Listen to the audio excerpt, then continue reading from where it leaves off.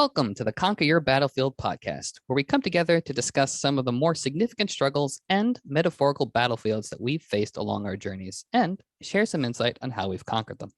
I'm JD McGibney, and today I'll be chatting with a modern metal icon, one of the most surreal, epic, commanding, and powerful voices I've ever personally heard. She's the brain behind the band Unleash the Archers, a Dungeons & Dragons connoisseur, and every cat's best friend, Brittney Slayes. How you doing today, Brittney? Doing well, thanks. How are you? I'm doing pretty well. Thank you for being here. Oh, it's a pleasure.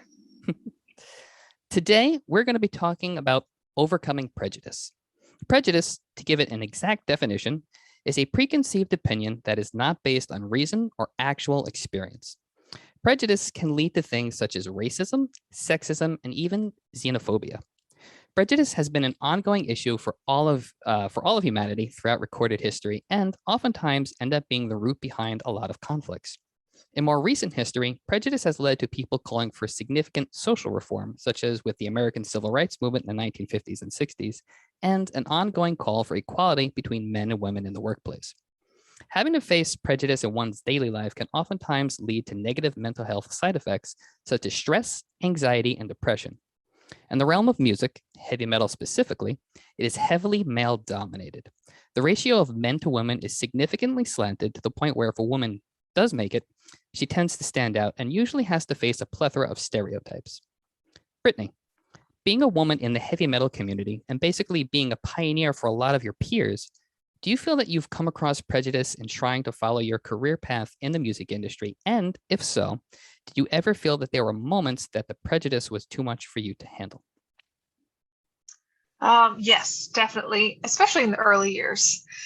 We started in 2007, and so there were definitely female-fronted bands at the time, but not a ton. And so the scene was very much dominated by male vocalists, male frontmen, that kind of thing. So a lot of times we would have two very diverse reactions. It would be either, whoa, this is super cool, and people would get on board right away, and they'd be kind of enamored with the novelty of it all, or it would be, you have no place here in heavy metal. What are you doing fronting a metal band? Really? Like that drastic? Oh yeah, for sure. Because since the very beginning, we've had fans that are insanely supportive and passionate.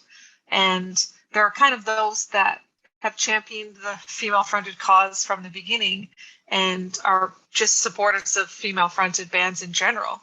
And then there are those that are, just whatever, doesn't matter, that as long as they, like the music, that are, big fans and have been for a really long time and that kind of thing. But especially like in the early days, it was just some people didn't like it and they wouldn't even really listen. They'd see that there was a girl up on stage and they'd be like, oh, well, I'm out of here, or they'd cross their arms in the back of the venue or whatever, or, that we'd announce a show or something along those lines. And if they saw that there was a girl in the promo photo, they would immediately, this is mostly Facebook days, Facebook, MySpace days kind of thing. They would immediately start, sniping off in the comments. This is a chick band, I'm not coming to this show, or, oh man, and I was so looking forward to seeing this band, but I'm not going to go because this band's going to, it's going to suck or whatever. So it's very, it was, but that, it would force me to have thick skin right from the beginning. That's for sure. And it was really great too when, you could see people that were kind of like, ew, okay, well, let's see how she does. And then you win them over. That always felt really great. So, but it's definitely, they're still out there, people that kind of need to get with the times, but it's better for sure. It's crazy to hear that like there was such strong like polarity. It's either people were like either like really like, oh cool, this is something that's new, let me like check it out, and then you people who just like hated the idea like right out the gate without even like listening to you or knowing anything about the band. Like that right there just like blows my mind. And like I feel like that's something that like shows up in a lot of just human decision making, human interaction in general, like even to this day, and it's just crazy. Mm-hmm. And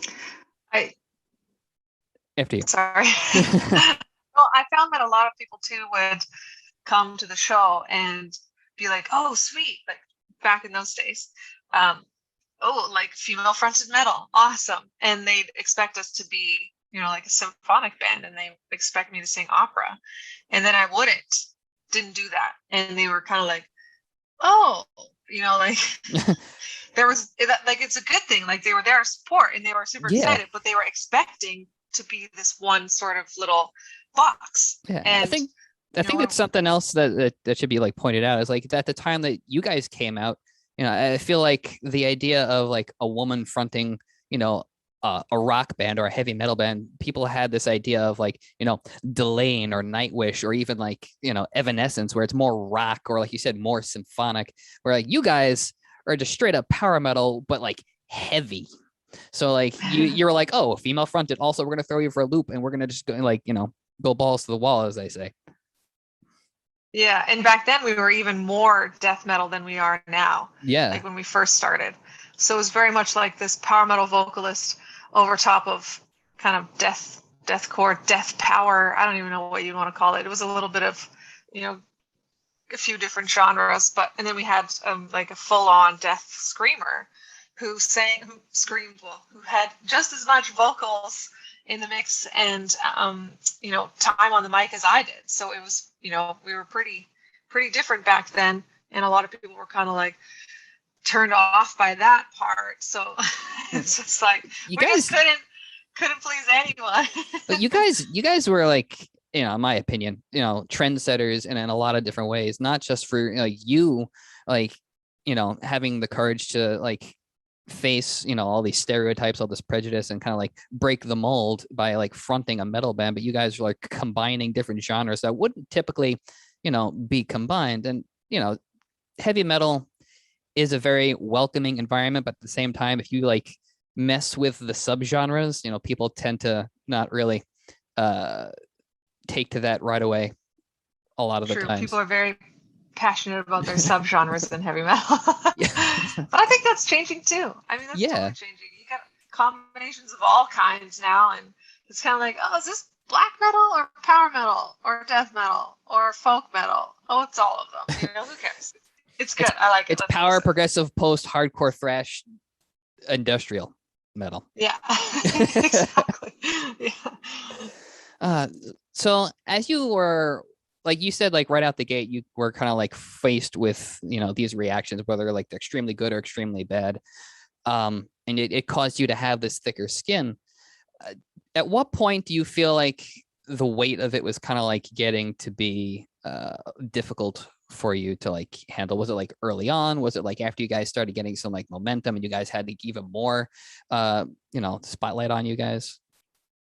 Yeah, I mean, there was probably a point there where we were like really doing well in Canada, and we toured across the country many times, and we were starting to draw people in all cities across the country, and we had a really great fan base in Edmonton, and whenever we go to Winnipeg, we do really well, and we were starting to kind of get a bit of a following in Montreal and Toronto. Be like off the chain every time we go there, and we were really starting to get known in Canada. But then it was hard to break out of that because people just didn't really. I mean, the internet is so prominent now, and it doesn't matter where you're from. Yeah, people will find you. But back then, it was still kind of, it was a little bit more difficult. It wasn't as widespread as it is now, and we didn't have Spotify and things like that. So people were illegally downloading our stuff off of LimeWire and that kind of thing. And so we had digitally our music up on Bandcamp, which was kind of ahead of its time a little bit. And then all the streaming services started to come. I think Apple was probably one of the first ones, of course. So we were up on there as well. But like, it's not like it is now. So it was just really hard to break out of being famous. We weren't famous, but being known in Canada in the metal scene and not being known anywhere else, and seeing other bands that were female fronted as well from like America or Europe that had started around the same time as us, starting to do really well, and us kind of not, because we were, you know, power, melodic death, whatever, whatever you want to call it. And people just wanted, they wanted that symphonic sort of thing. And so it was kind of like, okay, well, do we like change what we do, or, you know what I mean? And there was just people outside of Canada that hadn't seen us live, because that was a really important part of, and it always has been, is that we win people over with our live shows, because, you know, we like to have fun, and we like to entertain, and so people are always, after they see us live, they're kind of like, oh, this is rad, you know. And so if they haven't seen us and they just see a photo, or, you know, listen to one track kind of a thing, it's like, oh, I only listened to Nightwish, Within Temptation, After Forever, and, you know, that kind of thing. It's like, so then we, you know, we're having issues with that as well. And it did, you know, kind of get to the point where I was just like, you know, what do we do? Like, do we keep being this sort of power death band that, you know, or should I do like an opera song, like, or like, you know, just trying to figure out how to break out of this little niche that we had created for ourselves in the Canadian scene. And there was definitely, yeah, a couple of hard times where I would see like a band just get a massive tour and be like, why are we not touring the world yet? You know, but we were still so young, and it was so stupid, like, to be thinking about what other bands are doing at the time, because that's not how you grow and how you succeed. You know, you got to focus on yourself, and focus on doing what you can do to get out there and to, you know, and to make it better. So I had a few moments of weakness, but, you know, we stuck to it, and it ended up, you know, being fine in the end. But definitely some times there where we kind of were, you know, having a bit of an identity crisis, for sure. Yeah. You just pointed out, like, you know, comparing yourself to, like, you know, other bands, like you guys were doing that collectively.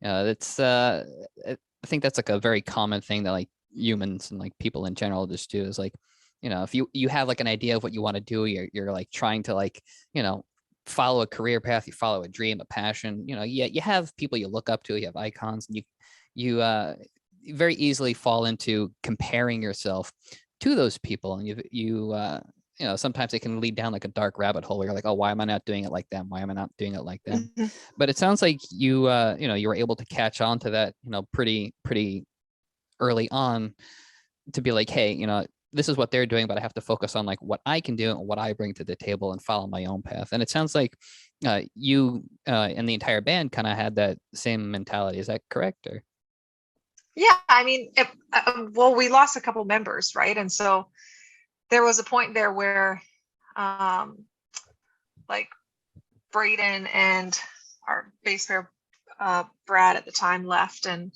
it was really just Scott and Grant and I, and it was kind of like, I guess this is our opportunity to maybe change or be something else, and kind of start down a new path. And but we, you know, we just decided that, well, first of all, we decided, yes, we're going to continue, because that was one of the big questions. It was like, well, what do we do? You know, Braden was the principal songwriter, and now we don't have him, and how do we move on from that? And so, but we all knew Andrew for years from the scene. So it was really just kind of like, well, if Andrew's willing to be on board, then heck yeah, we're moving forward.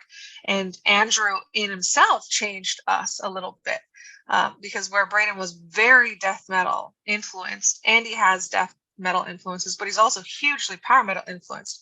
So that part where death metal and power metal were kind of like this before, it went like this, and it was more power metal and less of it, you know what I mean? And so just kind of just bringing him on changed us a little bit, but it was never like, oh, we should become a power metal band, you know, it just wasn't. Yeah. It's not what we're about. So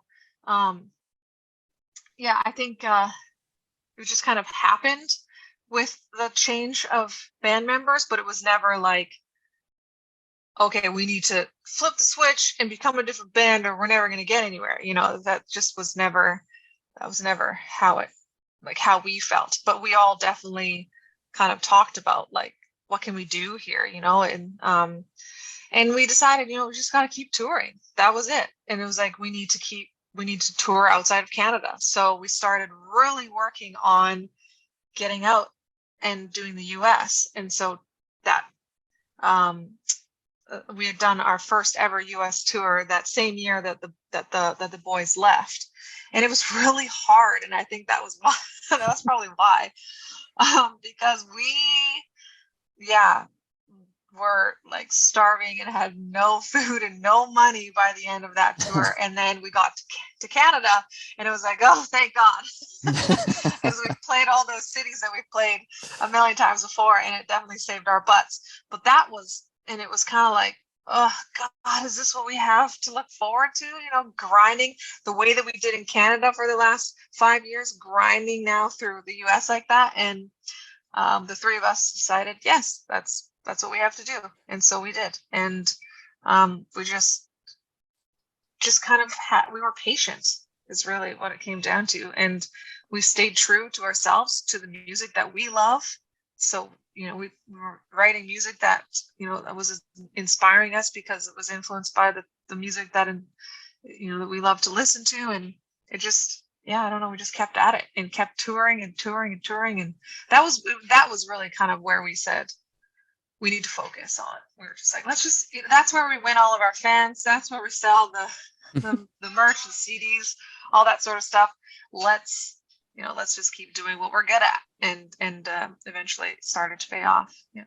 Well, it sounds like you guys, like the three core members, basically you have a very strong idea of what the identity of the band is, like the collective, and as well as like yourselves, I'm assuming.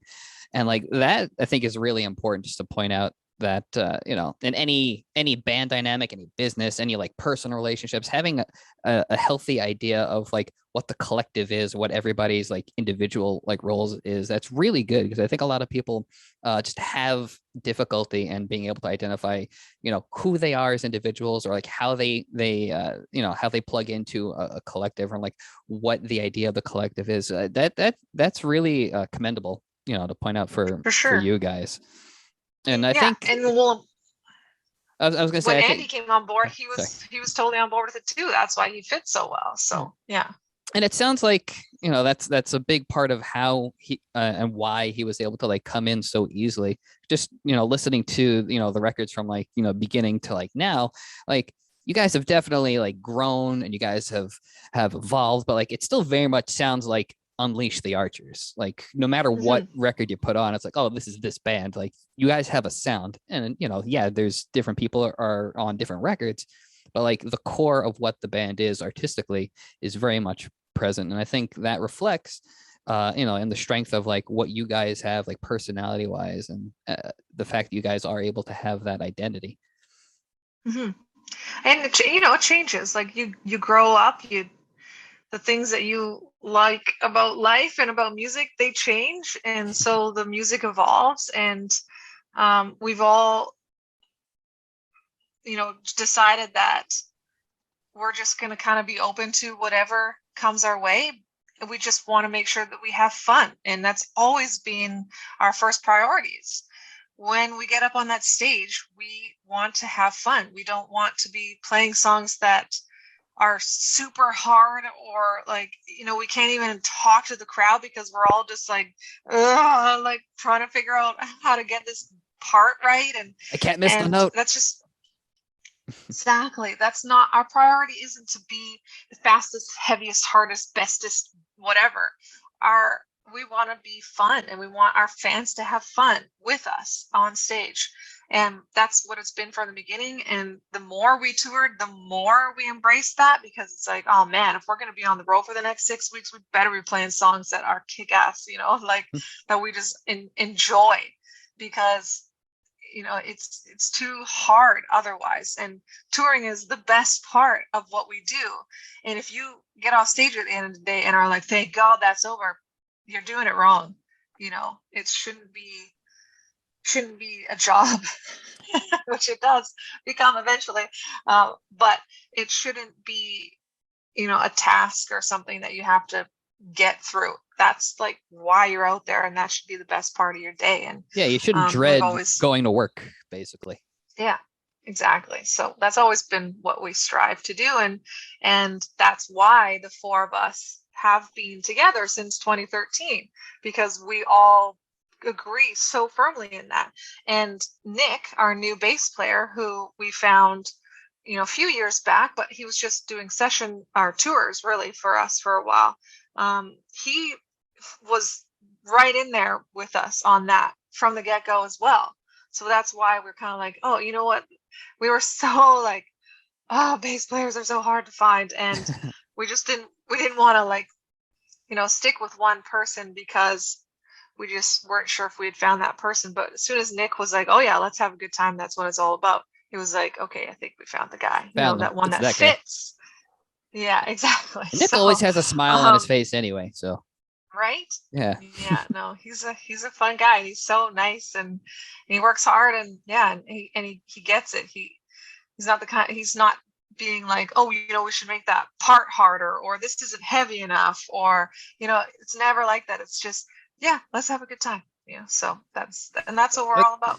And that's just a great attitude to have in life in general. It's just like, oh, am I enjoying myself? I'm not enjoying myself. And just knowing Nick for like the little bit that I do, like he's just one of those guys that like, if he's just gonna enjoy everything life throws at him.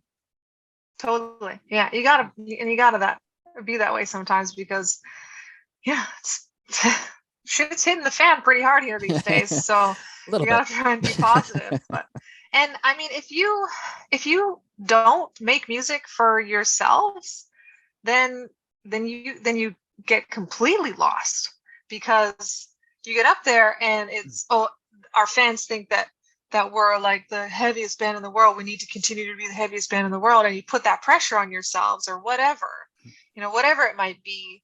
If you start creating music because of what other people think, then you stop doing what you love, and you're all of a sudden you're doing something because you feel you have to, and then where's the fun in that? So you definitely have to, like, you can't listen to what other people think about your band, or what you feel like people want. You can't, that doesn't matter. It's got to be, what do you enjoy doing this? Is it bringing you joy? So that's it. That's the most important thing. Yeah, like on the artistic side of stuff, like whatever you feel you need to express, like you have to do it your way. Like you just said, it doesn't matter if, what you shouldn't listen to what people are saying or feeling, or what they, what you think that they expect, or what they're saying they expect. Your audience is always just going to like connect with whatever you make. As long as you're proud of it, that's what they're going to connect with.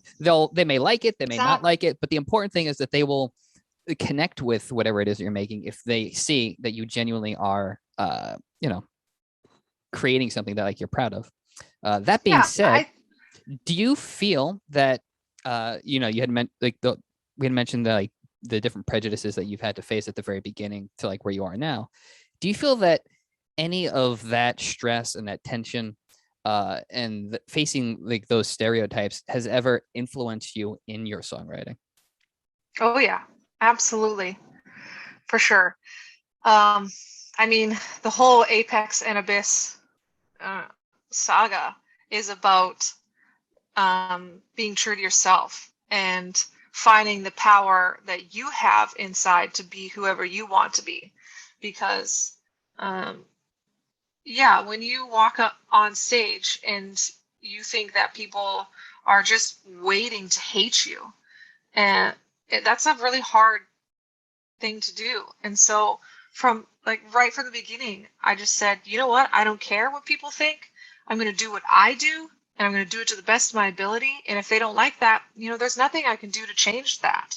So I'm just going to do what I can. I'm going to have a good time, and I'm going to try and, be the best. And I've just constantly worked on myself as a singer, and, tried to build skills and extend my range, and just enjoy what I do, and write songs that challenge me but are still, a lot of fun. And it's always been kind of this, I need to be my biggest fan, and the only opinion that matters is mine. like, because of facing all that from the beginning. If you think for 1 second about, oh my God, if I don't hit this note, people are going to hate me forever. Or that guy, that message before the show that said, can't wait to watch you fail tonight. Jesus. He's out there and he's waiting for me to fail. And you cannot think about that. You have to be like 100% within yourself and believe in yourself. And so for sure, I constantly am writing about that, about, being proud of yourself, being your own best friend. And, you can never be lonely when you're in love with who you are and what you do. And as long as you are having a good time and loving every second of what you do, no one can touch you. So, like, yeah, Apex and Abyss are very much about that. Time Stand Still, a lot of it was about like dealing with the expectations of labels and promoters and people out there in the world that just think that, I don't know, that you owe them something or whatever. We got a lot back in the day. We got a lot of people that were like, oh man, you guys are going to be huge. You're going to be famous. Holy crap. Like, I know this guy, he works at a record label. Let me hook you up. Or like, I got all these contacts, like, let's go for coffee. And it's all bullshit, right? You can't listen to these people, even though they're saying positive, awesome things.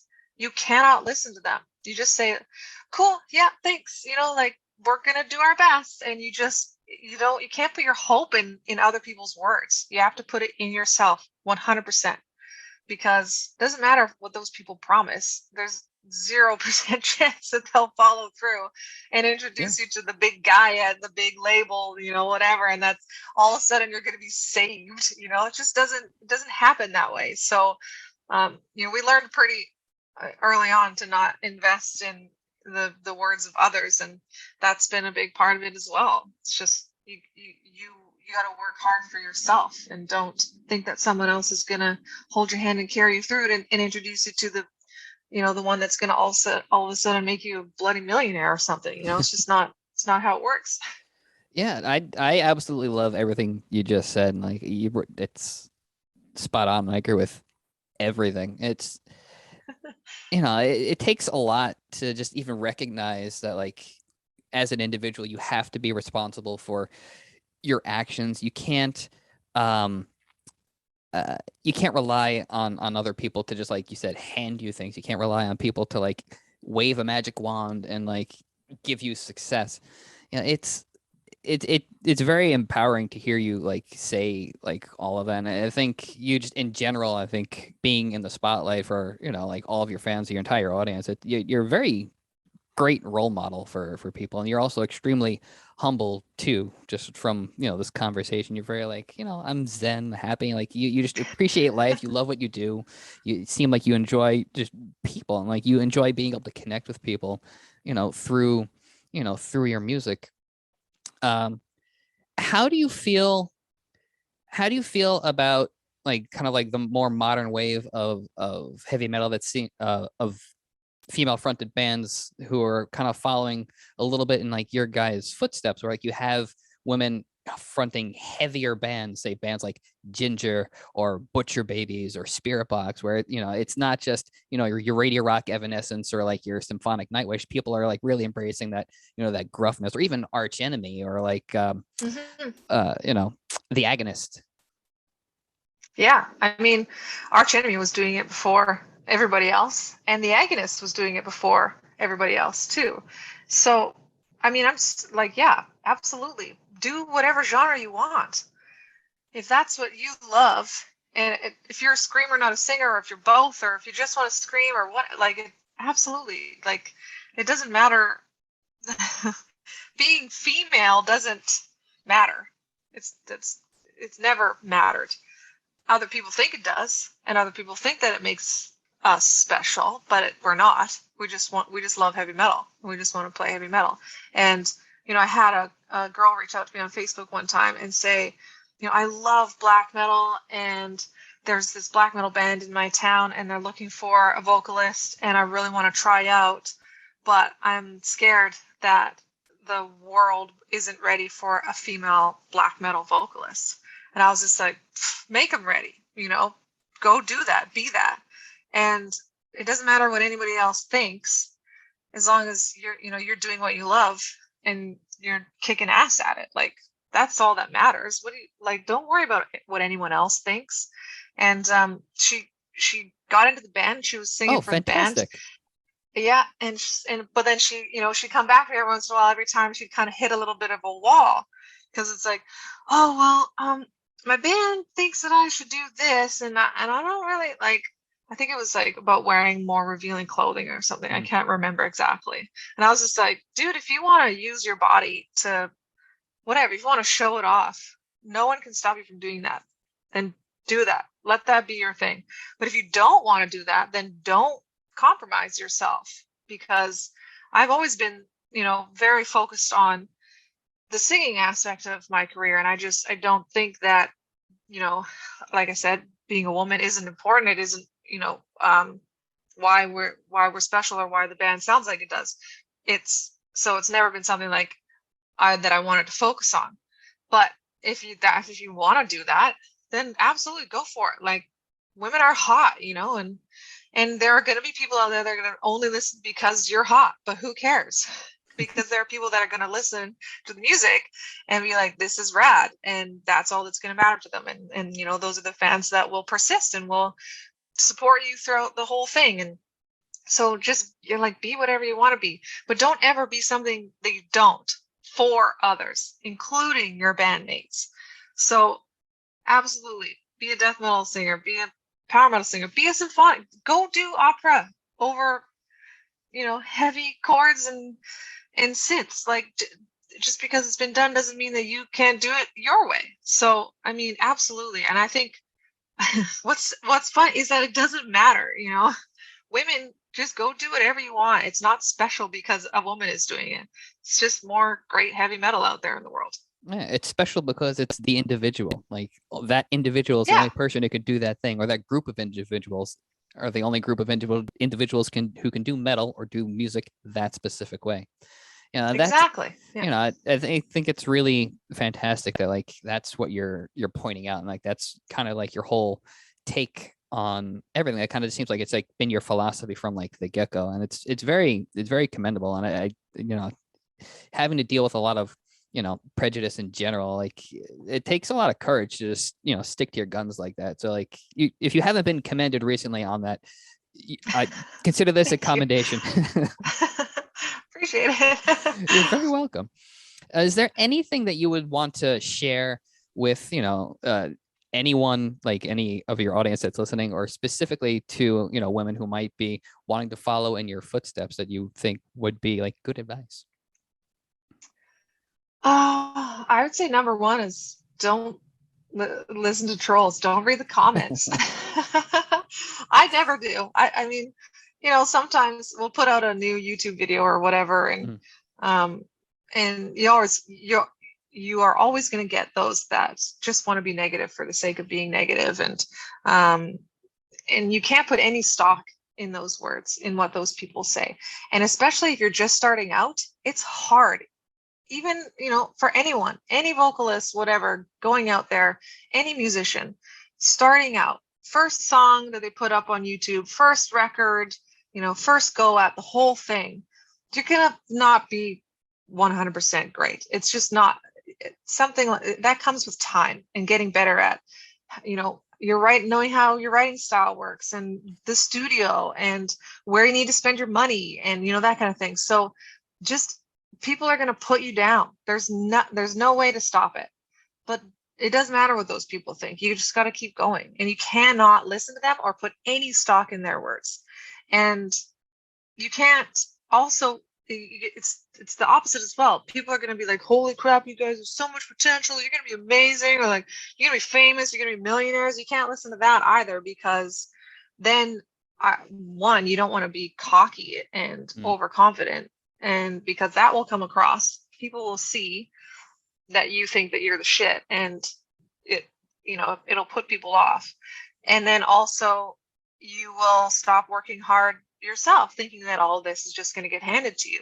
So you have to kind of keep this fine balance between listening to the trolls of both types but ignoring everything that they say, because at the end of the day, it's about your own journey. You just got to work hard doing what you do.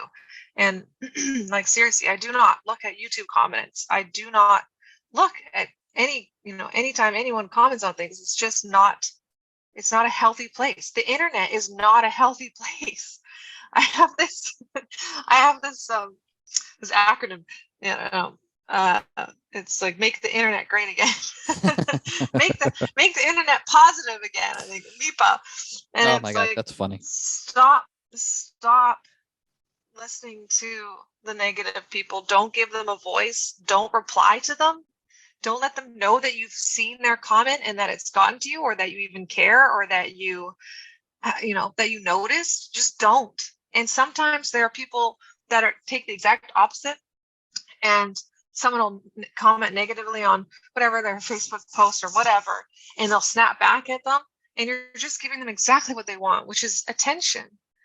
And they'll never stop, and you think it's funny, and it's like, ha ha ha, but inside you're listening to this person, because you're reacting to them, because you're replying to them and giving them the attention that they want. So you are, in fact, putting some stock in the things that they say. So you just need to, like, and it's hard. Oh my God, is it hard sometimes when people are just so wrong, and you just want to be like, no, it's not how it is. You want to get up there, but don't. Yeah, because you'd be adding fuel to the fire. Yeah, absolutely. And then that person knows, oh, I got them. Mm-hmm. They're gonna see every time I post now, and they're just looking for someone to pay attention to them, and you just can't. Don't let them think that being an anonymous voice on the internet gives them power, because it doesn't. And it really needs to stop. People need to stop thinking that because I've got some rando username and no one can associate me with this account, I can just be an asshole and I can say whatever I want, or my opinion matters. It doesn't. Sorry, it doesn't.